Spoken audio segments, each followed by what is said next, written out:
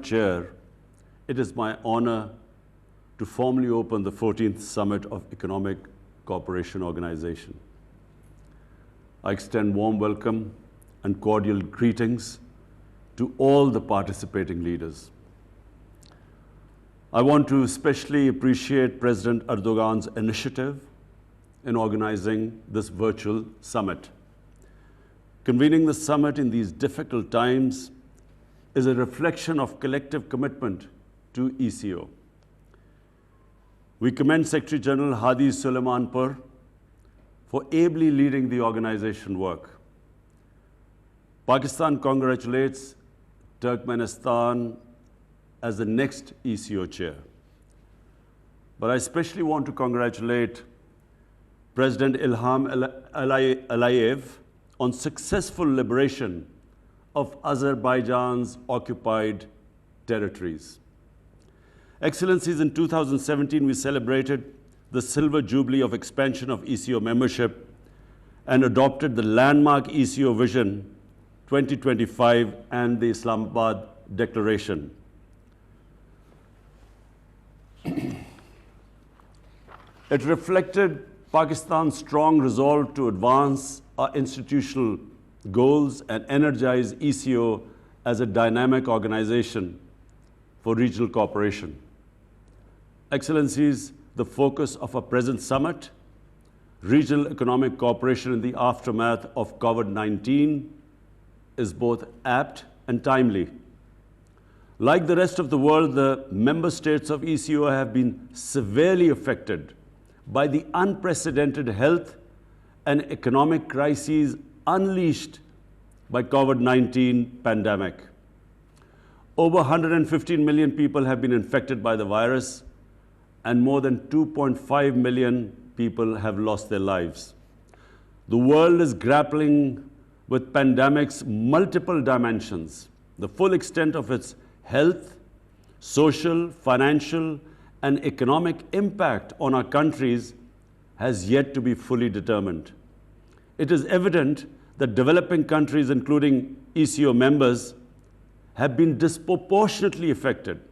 Our economies have contracted, trade has declined, poverty and inequality has increased.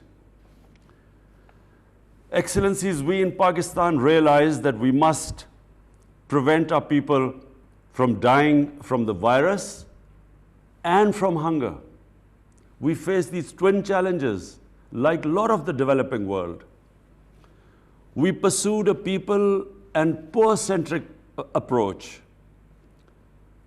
and doing this very difficult balancing act, saving lives, securing livelihoods, and at the same time stimulating the economy. An extremely difficult balancing act. And despite our financial constraints, my government allocated an unprecedented $8 billion to support the poorest and the most vulnerable households, and then small businesses with direct cash handouts, and then subsidies to the poor under our Ehsaas program. Excellencies, the COVID-19 pandemic is not over. We must ensure that our people secure the earliest possible access to vaccines being produced, but on an affordable and equitable basis. The vaccine must be declared a global public good, because actually no one will be safe from the virus unless everyone is safe. Pakistan has begun its vaccination drive, but it has only so far concentrated on the frontline health workers, which obviously is everyone's highest priority. We must also address the economic impact of the pandemic. The world economy has contracted by 5%. The rich countries have injected $20 trillion to stimulate their economies. I again repeat, the rich countries have injected $20 trillion. Our economies have been equally affected, but we do not have the capacity of fiscal space to create such liquidity. I have proposed a five-point plan to provide developing countries the fiscal space to recover from COVID crisis. And this includes debt relief, SDR creation and redistribution, concessional finance, mobilization of climate finance, because that's another crisis looming ahead, and then ending illicit financial flows and return of stolen assets back to the developing countries. Because, Excellencies, $1 trillion every year, according to FactEye, $1 trillion every year leaves poor countries to rich countries and tax havens. Excellencies, apart from its health and economic consequences, the COVID crisis has exacerbated the manifestations of religious discrimination, xenophobia, and Islamophobia in various parts of the world. We have witnessed this in our immediate neighborhood. The COVID lockdowns have enabled the suppression of people in occupied territories, struggling for their right to self-determination.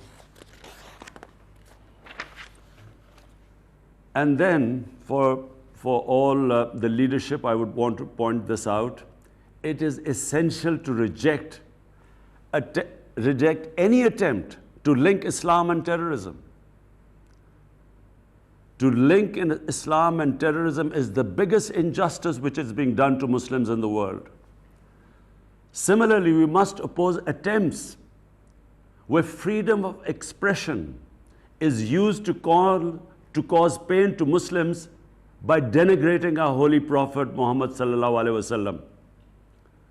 At the UN, Pakistan, Turkey, and OIC countries have initiated a proposal for the annual observance of an international day to combat Islamophobia.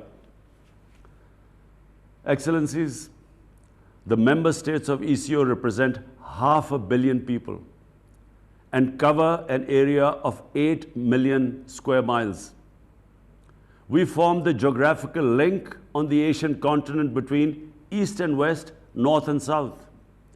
We possess two essential prerequisites for economic growth: rich resources and enterprising people.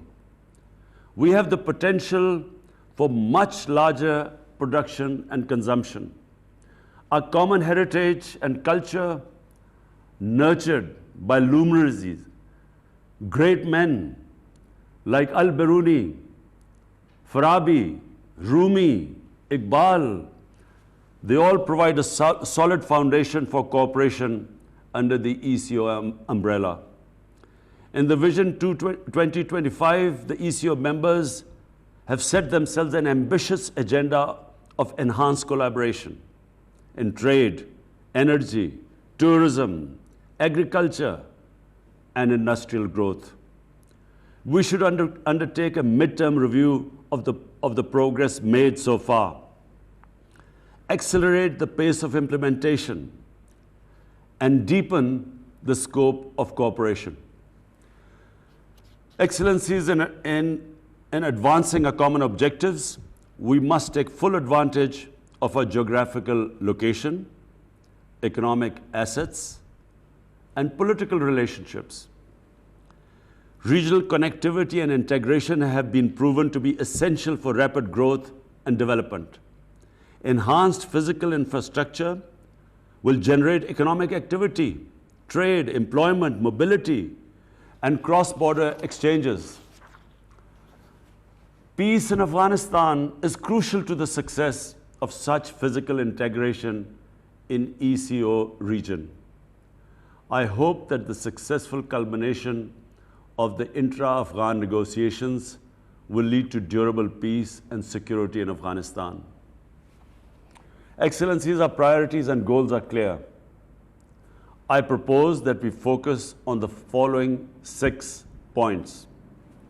First, we need to recover robustly from the economic and health crises induced by the pandemic. We must mobilize the national and international resources required for this purpose. I request ECO's support for my five-point agenda, which I mentioned earlier. Second, we must adopt a plan to build resilient healthcare systems to respond to such crises in the future. We must possess the capacity to produce the medical equipment and medicines essential to respond to chronic and infectious diseases. Third, we must develop an integrated transport network to facilitate both intra-ECO trade and serve as a pathway for trade between the major economies to the east and west, north and south. The Istanbul-Tehran-Islamabad commercial cargo train and proposed Uzbekistan-Afghanistan-Pakistan railway links are important regional connectivity projects. In addition, linking CPEC with Afghanistan and beyond is vital. Fourth, we must implement the cross-border projects already agreed under the ECO members, including TAPI, gas pipeline, and the CASA 1000, establishing an ECO investment agency and organizing an annual ECO investment fair where investment-ready projects could be presented to ECO and global investors are ideas that can be explored. Fifth,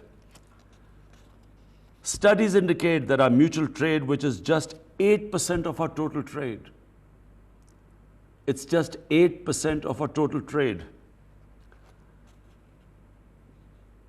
This could be expanded tenfold. Enhanced transport links will help, but we should promote conscious measures for trade promotion, simplify border procedures, establish intra-regional institutional linkages, reinforce existing regional mechanisms like ECO Trade Development Bank, operationalize ECO Trade Agreement, and develop new initiatives like the Clearing Union. Sixth, to remain competitive, we must promote knowledge-based economies. And this needs that we enhance expenditures on research and development and focus on rapid digitalization, especially extension of broadband to all parts of our countries. The ECO, as envisaged in the Vision 2025, should engage in dialogues with other regional and international organizations. We could emulate some of the successful models of cooperation in the EU, ASEAN, and African Union. Excellencies, for Pakistan, the vision of ECO's regional economic integration is an essential component of a strategy to transform the tensions of geopolitics into the dividends of geoeconomics. I would like to conclude by reaffirming Pakistan's abiding commitment to ECO, to the founding principles of the Treaty of Izmir, and to the full implementation of ECO Vision 2025. Excellencies, as per the rules, procedures of the ECO, I now propose election of President Recep Tayyip Erdogan as the chair of the 14th summit. I congratulate His Excellency Recep Tayyip Erdogan, President of the Republic of Turkey, on his election and give him the floor to carry the summit forward.